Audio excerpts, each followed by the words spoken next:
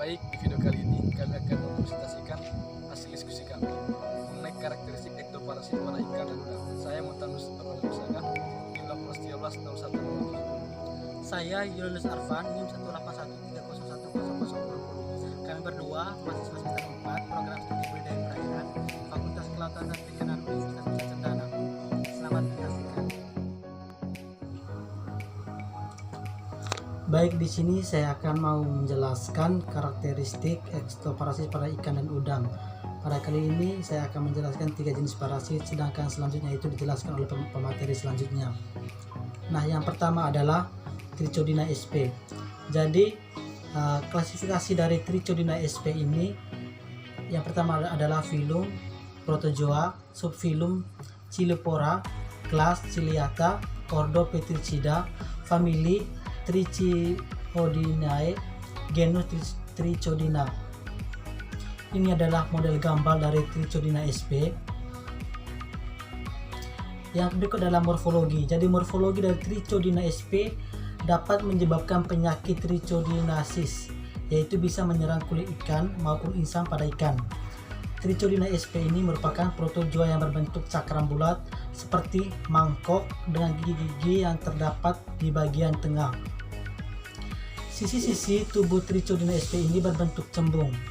Bagian ini berfungsi sebagai tempat menempel cilia yang berfungsi sebagai penggerakan pada permukaan tubuh inang. Parasit ini memiliki dua bagian, yaitu anterior dan posterior, yang berbentuk cekung dan berfungsi sebagai alat penempel pada inang. Nah, untuk siklus hidupnya yaitu Trichodina ini sangat sederhana.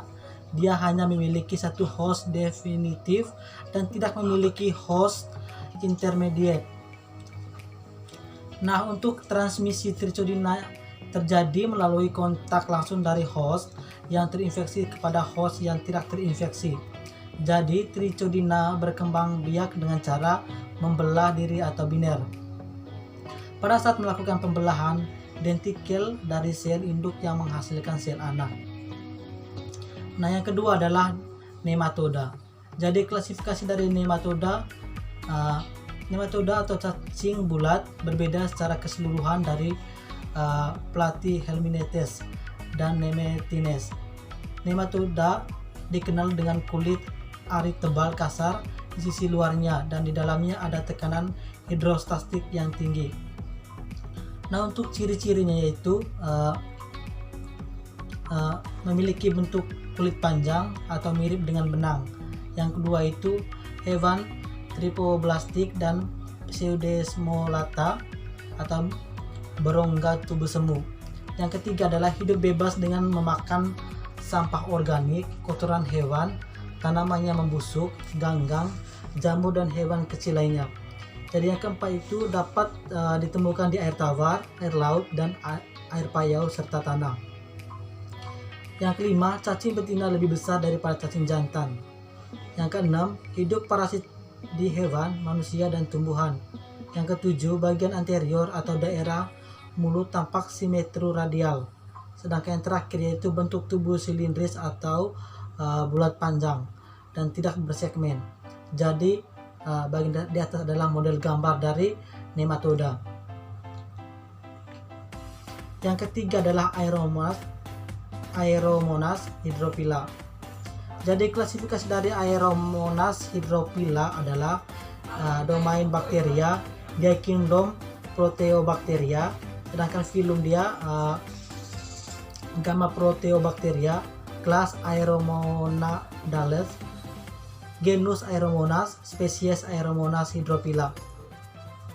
Jadi ini adalah model gambar dari Aeromonas hydrophila. Nah, yang berikut adalah morfologi. Jadi morfologi dari Aeromonas hydrophila, bakteri Aeromonas termasuk ke dalam famili Pseudomonaceae dan terdiri dari 3 spesies, yaitu Aeromonas punctata, Aeromonas hydrophila dan Aeromonas liquefacius yang bersifat patogen. Jadi bakteri Aeromonas ini umumnya hidup di air tawar, terutama yang mengandung bahan. Sedangkan ciri-ciri dari Aeromonas hydrophila itu sendiri yaitu dia batang ukurannya itu 1 sampai 4,4 kali 0,4 sampai 1 mikron, bersifat garam negatif. Yang berikut itu fakultatif aerobik, bias hidup dengan ataupun tanpa oksigen. Yang berikut tidak berspora, bersifat motif atau bergerak aktif karena dia itu mempunyai satu flagel.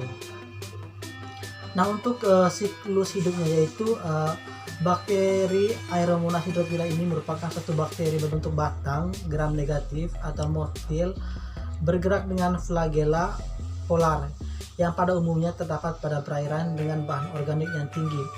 Dinding sel bakteri gram negatif mengandung lebih sedikit peptidoglikan, tetapi di luar lapisan peptidoglikan ada struktur membran kedua yang tersusun dari protein, fosfolipida, dan lipopolisakarida.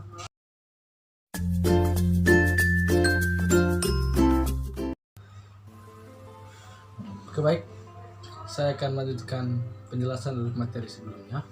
Jadi yang keempat di sini Ichthyopteus sp. Ichthyopteus sp ini dapat diklasifikasikan sebagai berikut. Yang pertama, filum Protozoa, subfilum Chileophora, subkelas Holtrichia, ordo Hypnostomatidia, famili Oprigolenia, genus Ichthyopteris, spesies Ichthyopteris sp. Jadi yang kedua adalah morfologi dari Ichthyopteris sp ini. Ichthyopteris sp mempunyai panjang tubuh 0,1 sampai 1,0 mm. Sedangkan yang muda memiliki diameter antara 30 sampai 50 mikron. Sedangkan pada stadium dewasa dapat mencapai ukuran dengan diameter 50 sampai 100 mikron. Parasit ini memiliki bentuk tubuh oval dengan silia sebagai alat geraknya yang merata di sekeliling tubuhnya. Selain memiliki satu buah inti makro yang berbentuk seperti tapal kuda dan sebuah inti mikro yang kecil. Jadi ini adalah modelnya seperti ini, bisa disaksikan. Yang berikut adalah siklus hidup. Siklus hidup dari parasit ini dengan cara menempel dan menembus permukaan kulit. Siklus hidupnya dimulai dari stadium dewasa atau stadium memakan yang berkembang dalam kulit atau jaringan epitelium insang dari inang. Setelah fase makannya selesai, Ichthyopteris sp akan memecahkan epitelium dan keluar dari inangnya untuk membentuk kista. Kista berlarva tersebut akan menempel pada tumbuhan ataupun objek lain yang ada di perairan. Jadi biasanya yang masih muda ia akan mencari inang definitif berupa ikan yang berumur muda. Sebab pada ikan yang berumur muda mudah untuk diserang penyakit dikarenakan sistem kekebalan tubuhnya itu masih rendah. Jadi inilah siklus hidupnya seperti pada ini. Yang berikut Mixoporidiasis. Mixoporidiasis ini dapat diklasifikasikan yang pertama itu filum Protozoa, kedua filum Protozoa, Sporozoa, subkelas Neosporidia, ordo Hypnosporidia, famili Mixobolidae, genus Mixobolus, spesies Mixobolus sp. Yang berikut adalah morfologi dari Mixoporidiasis. Mixobolus sp mempunyai bentuk oval atau lonjong, mempunyai ukuran 10 sampai 20 mikron, mempunyai 2 sampai 6 kapsul di dalam ujungnya dan mempunyai sporolasma. Jadi ini adalah modelnya seperti ini pada gambar. Lalu yang kedua adalah siklus hidup. Mixobolus sp memiliki siklus hidup yang tidak langsung, yaitu melibatkan efek terbatas sebagai inang antara yang berasal dari kelas Oligohyeta atau Polyhyeta untuk menyelesaikan siklus hidupnya. Jadi ini adalah fase hidupnya, mulai dari fase infektif, lalu ia akan menyerang ikan. Setelah itu ia akan membentuk Mixobolus sp ini. Setelah ia menjadi Mixobolus, ia juga akan menyerang Oligohyeta. Jadi mungkin itu saja yang dapat kami jelaskan. Atas perhatiannya kami ucapkan